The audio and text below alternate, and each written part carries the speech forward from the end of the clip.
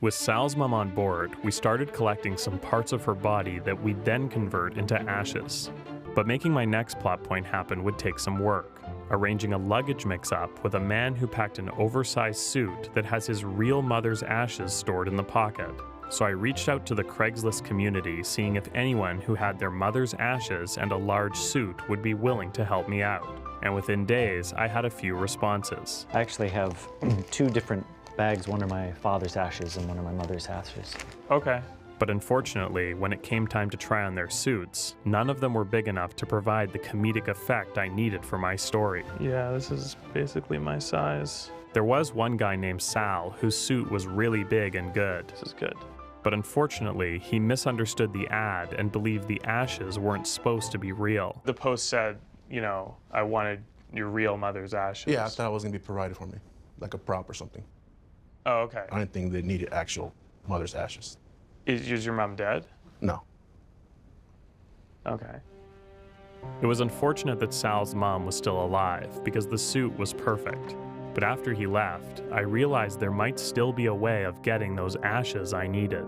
So I asked him to meet me at his mom's house the next day to tell him my creative workaround. Technically, ashes can be any part of her as long as it's burned. So I figure if there's stuff from her body that she doesn't use, like, you know, nails or an old tooth or some hair, maybe, if we use that, we should be fine.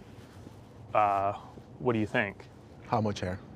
It just has to be enough to fill a tiny baggie, just a little bit. Like a trim from the bottom, or? Yeah, just a little bit. We'll see, I'll talk to her, see what with the nails and the hairs, I'm pretty sure. Okay. We'll see what she says. And with that, we headed in to meet Mommy. Nice to meet you. Nice to meet you too. So an opportunity came up for me, and pretty much he's gonna be in a talk show and he wants to tell a story. So in order for him to be real, we need a little bit of your hair and some nail clippings, and they're gonna burn them up and turn them into ashes. Hair for my hair? Your hair, yeah. There was a miscommunication. I thought you were dead, so I thought he had your ashes. They just need a little bit.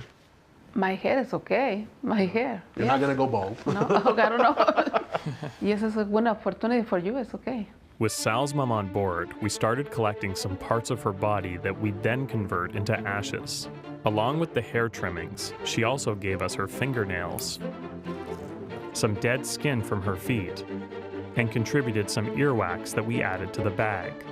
We also got permission to snake her drain for any body parts that might have fallen in during a shower.